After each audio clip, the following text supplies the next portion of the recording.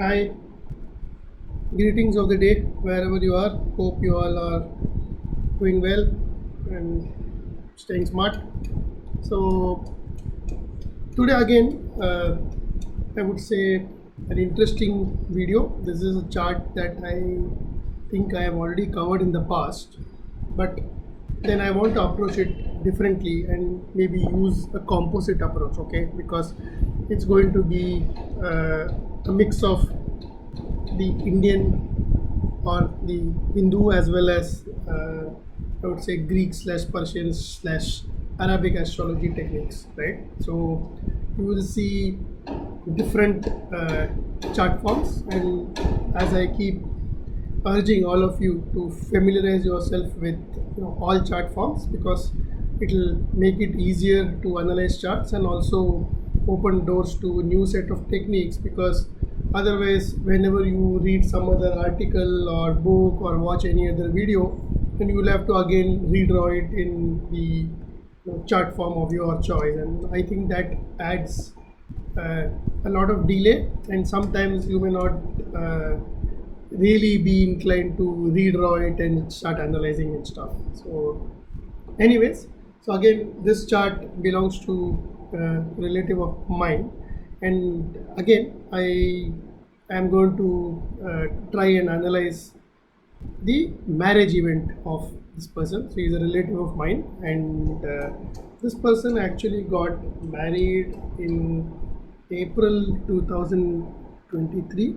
Okay, April 2023 is when this person got married, and the very first chart that we would like to cover is the typical, I would say, North Indian representation. So this is his natal chart in the North Indian format. So for those of you who are not from India, in the sense not Indian natives, who are European, American, or any other, whoever belongs to any other nationality, this is how a typical North Indian chart would look like. And what you see below is the same chart, but then this is the standard circular format. So this is the same natal chart, except that it is represented differently, typical circular form. Okay, and to the right you actually have the solar return chart of this person for the year 2023. Okay, and I'll come to that when we start observing this chart. Okay, now let us use some very basic predictive techniques.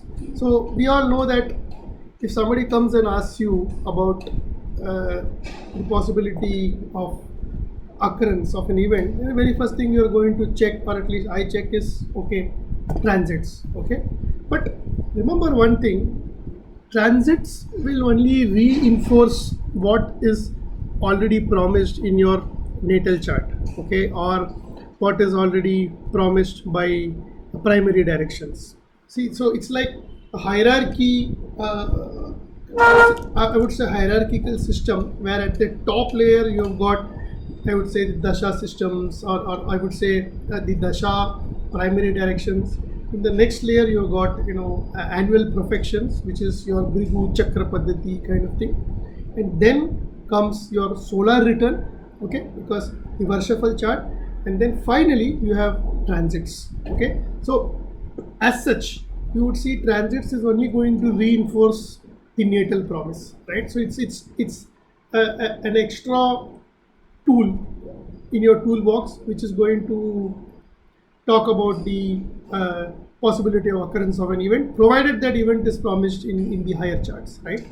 For example, if somebody's chart does not promise marriage, okay, then there is no point in looking at transit Jupiter and transit Saturn having a connection with the 7th house or 7th lord. It's not going to really lead to marriage, because end of the day, if you see, there are enough combinations, or there are enough details available to prove that this person will not get married, or even if he gets married, the marriage will not last. So that kind of stuff. I hope you are getting the context of what I'm trying to explain. So transits are important, and I personally use transits a lot, but I just wanted to caution you that they are only going to reinforce the natal promise. Okay. Having said that, as I said, this person got married in April 2023, and if you look at the positions of Jupiter and Saturn, the transit positions of Jupiter and Saturn was in Saturn was in Aquarius. Okay, 2023, Saturn was in Aquarius, and Jupiter was in Aries. Okay, just a minute, I'm just confirming. So around April 2023, April 2023.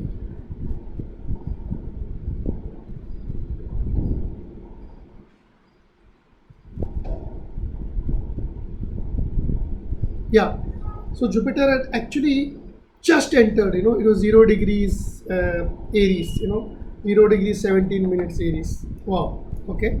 So transit Jupiter around this time had just entered Aries, and transit Saturn was in Aquarius. Okay. Now, again going by K.N. Rao sir's double transit of Jupiter and Saturn, if you see in this chart, the 7th house is Cancer, and Cancer is ruled by Moon. So you want to check if transit Jupiter or Saturn has a connection with either the 7th house or the 7th lord, right? So if you see Saturn, the transit Saturn is in the 2nd house, and from there you have 1, 2, 3, 4, 5, 6, 7. So the 7th aspect, you have transit Saturn aspecting the 7th lord Moon.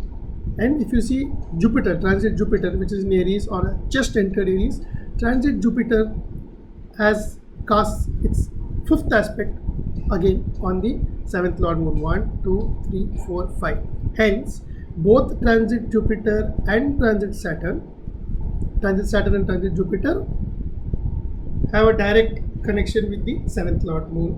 And so now you know that 2023, when Jupiter and Saturn during their transit occupy these positions, it has a very strong chance of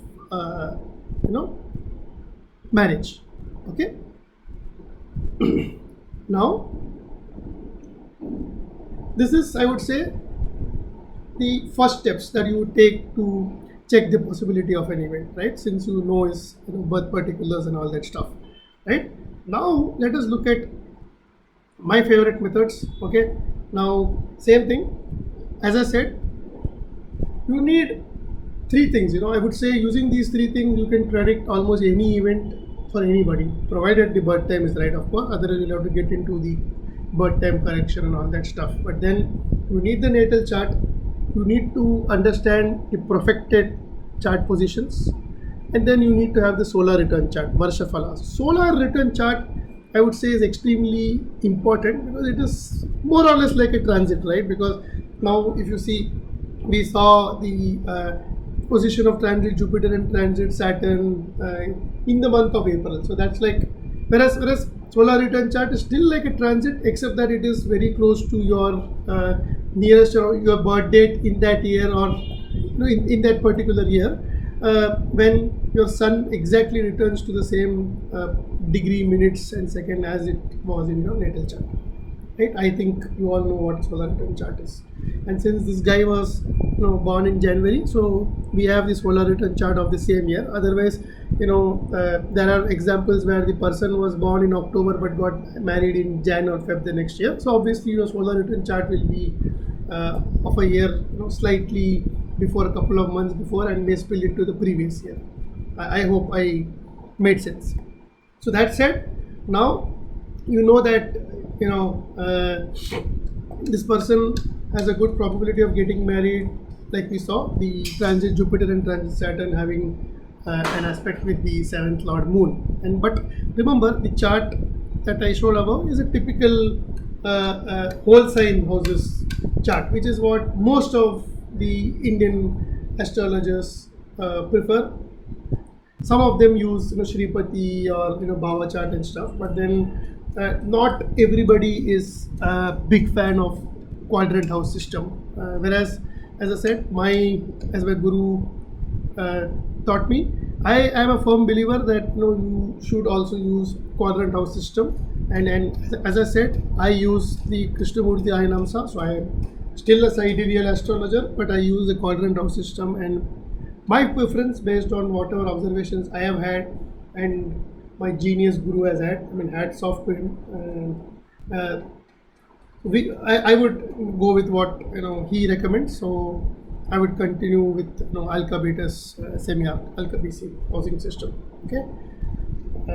That's it. Now let's get into the predictive part. And as always, I use my favorite tool, primary directions and distribution through the bounds. Okay, gold standard.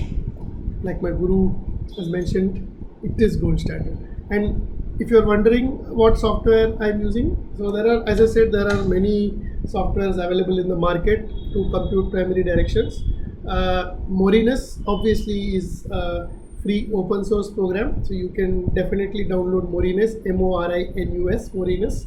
It's easily downloadable and very excellent software for computing primary directions. Let me know if you want me to do a video on the basic settings so that you can do primary directions.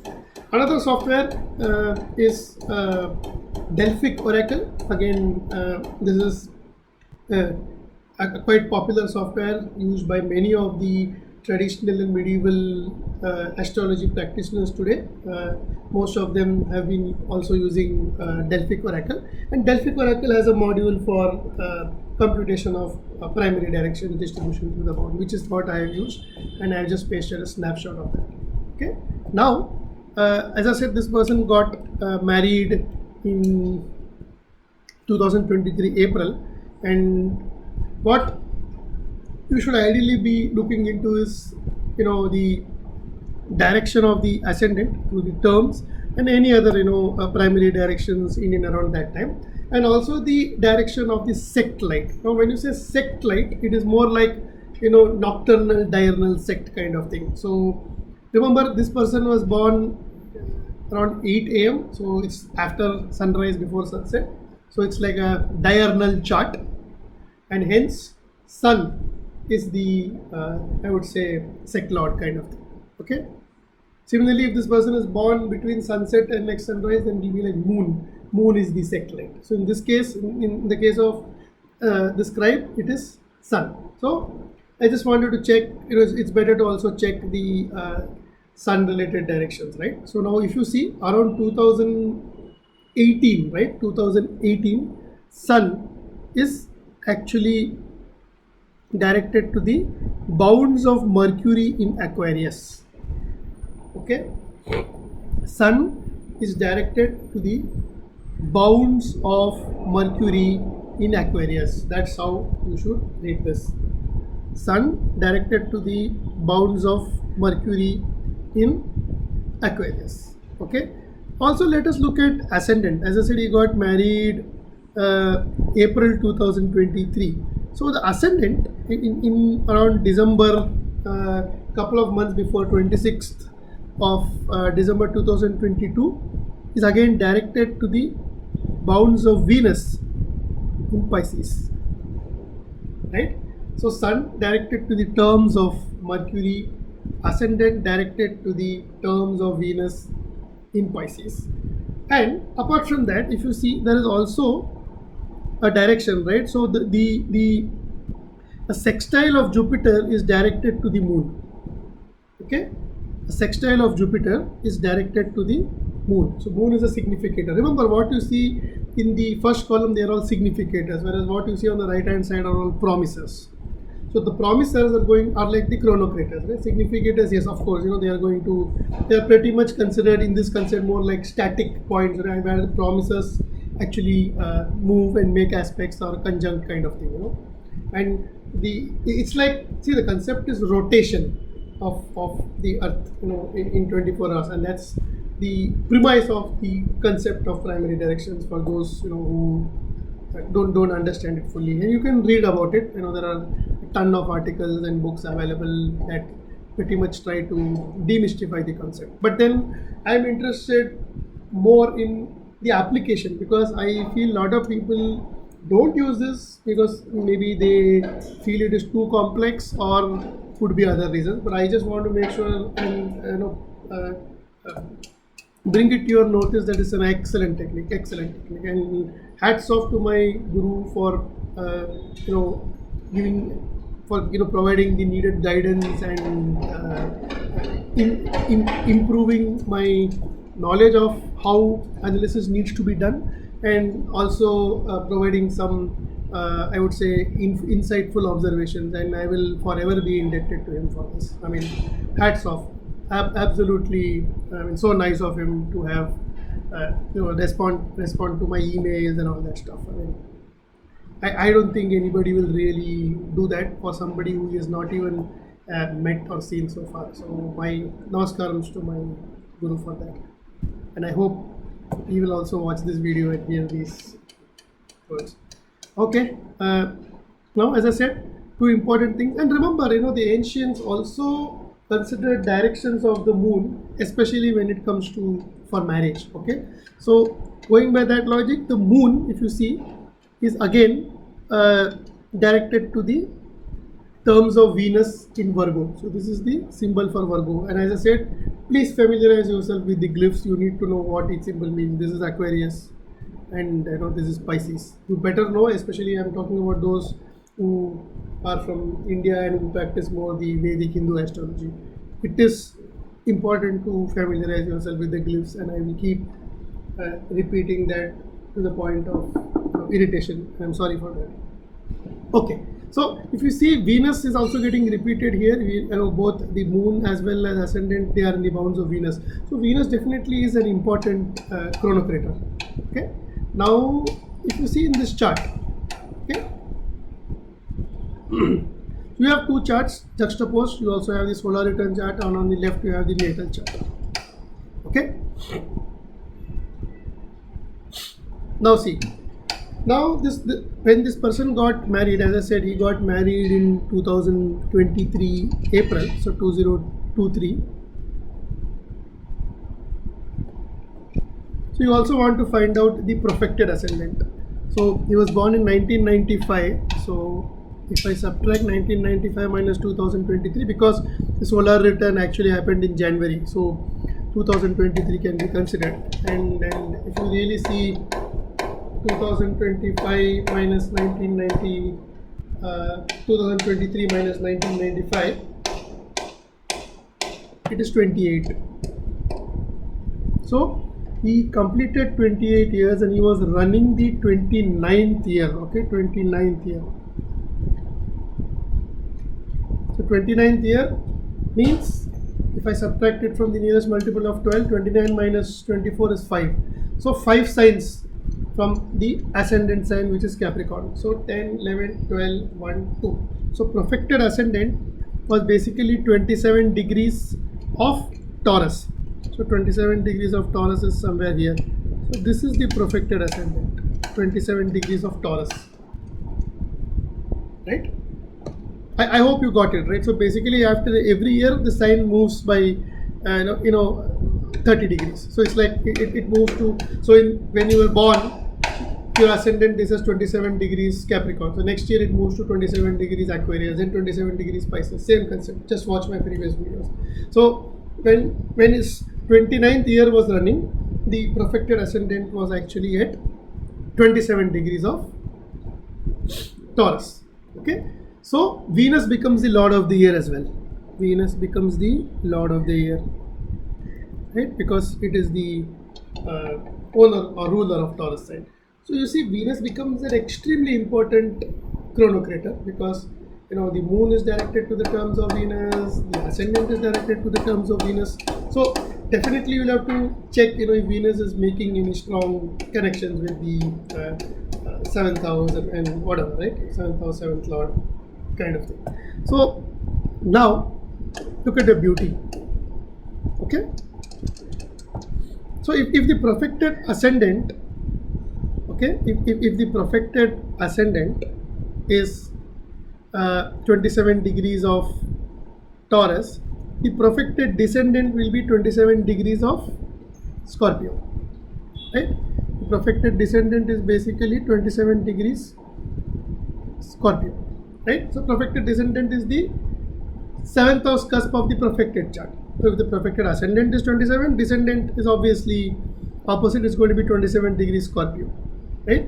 Now see, as I always say, right, so this is 27 degrees, and as I always say, you have to also see the beauty where the degrees are so close. Now you know Venus is a very important chronocrator, so any aspects of Venus needs to be taken into account. Now if you see the solar return chart, look at the beauty.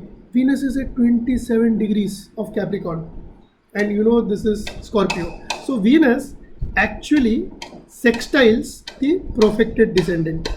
So Venus sextiles the profected descendant, right? So Venus is like, if you see 27 degrees, 27 degrees, look at the beauty. So the year when you got, if I look at the solar return chart, Venus is actually making a sextile to the perfected descendant. Now please do, I mean, my recommendation, and obviously these are not my words, these are my guru's words. I would not want to consider rulerships in the solar return chart. I will only consider planetary positions or house positions in the solar return chart. But then it is better to use natal rulerships only. Even though you are looking at house positions, it is better to use natal rulerships.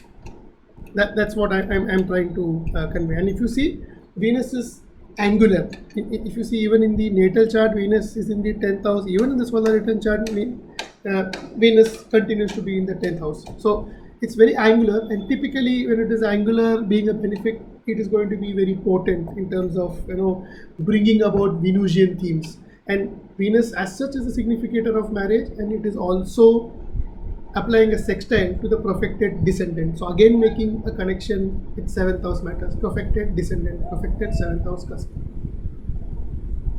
Right? Now let us look at the next chronocrator. Okay, ascendant in the terms of Venus, yes. But remember, as I said, Sun is also in the terms of Mercury. Right? Sun in the terms of Mercury. Okay, Sun in the terms of Mercury. Now, if you look at the chart, look at the solar return chart. Okay, again see the beauty. Sun is in the terms of Mercury, so Mercury again is an important chronocrator because Sun is also the sect-light. See the beauty. Moon in the solar return chart is 13 degrees, and even in the main chart, right? Even in the main chart, in the natal chart, it is 14 degrees of Leo, and Mercury is 14 degrees of Sagittarius, and you know that 159 is a trine, Aries, Leo, Sagittarius. So if you see, the Moon is actually making a trine with Mercury. And what is Moon? If you see, Moon in the natal chart is the 7th lord.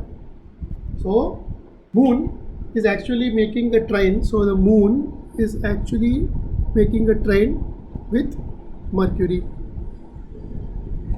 And Mercury is the chronocrator because the Sun is directed to the terms of Mercury. So Moon is 14 degrees, and 159. So Moon is actually trining the chronocrator Mercury, and Moon is the 7th lord. So again, the chronocrator Mercury is making a strong connection with 7th house matters because it is conjunct, or it is trying the 7th lord. Remember the other chronocrator Venus, because it's where the ascendant and the moon's terms are directed to, maybe in different signs, but they are still in the bounds of Venus. And see the beauty. Venus is actually applying a sextile to the perfected descendant, and Venus as a significator of marriage is also trying the perfected ascendant. So perfected ascendant, if you know, is at 27 degrees of Taurus and 2, 6, 10, Taurus, Virgo, Capricorn. That's a trine. So Venus is also making an exact trine. But then in this case it would make more sense because we are looking at marriage. So 7th house cusp, 7th lord, 7th house descendant makes more sense.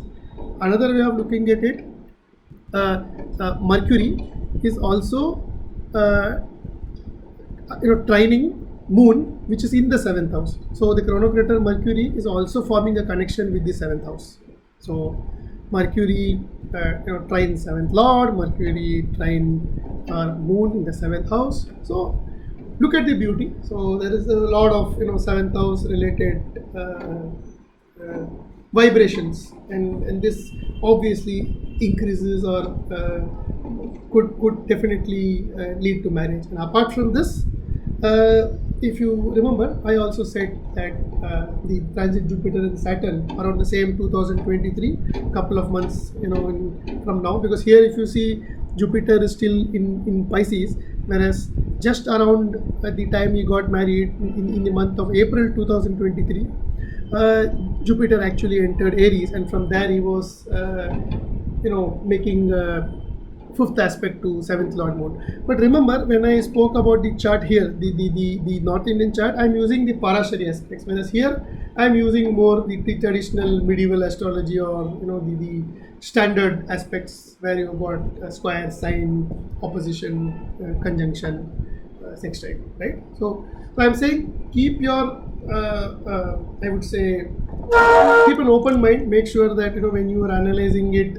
say an Indian chart, you may stick to Indian aspects, and when you are going to use more sophisticated methods like distribution through the bounds or primary directions, you can definitely use the Western aspects kind of thing, and not the more there's the standard one, the top five, which is sextile, conjunction, square, trine, opposition, right? So this is the beauty of the chart. And then obviously this person got married in April 2023. Maybe in the next video I will take another example of marriage, and for that I will also try and talk about how to time probable months when this person can get married, or when that particular event can happen.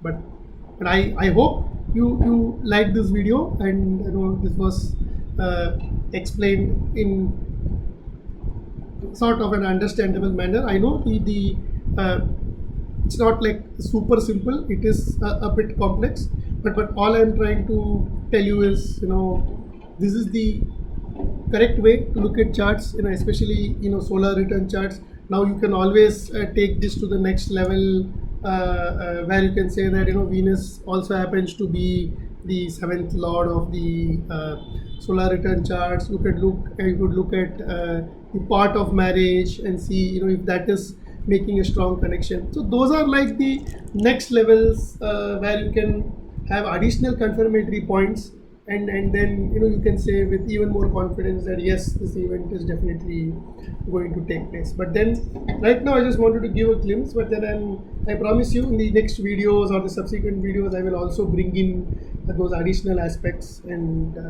let's see how there are so many confirmatory points joining forces to make us believe that this event is definitely going to happen. So I thank you for your time and patience, and I hope you will go through this video till the end, and I also hope you'll like it. Please note, I had to remove some of my previous videos because based on the feedback given by my guru, there were some things which were missed out, or there were some things which I thought I missed, and now this video I think pretty much I would say is a more correct way of analyzing these kind of charts using a mix of natal chart, profections and solar returns, and remember gold standard style. And I'm confident that this method works consistently across every chart for every kind of event, and slowly, and I will be covering additional I would say scenarios, additional events like job, childbirth and those kind of things using the same method, so that you will know yourself that this is like time tested gold standard way of analyzing charts. As always, thank you so much, and continue to have a good weekend, whatever is left of it. Thank you. Bye bye. This is Subramanian Balagopalan signing off.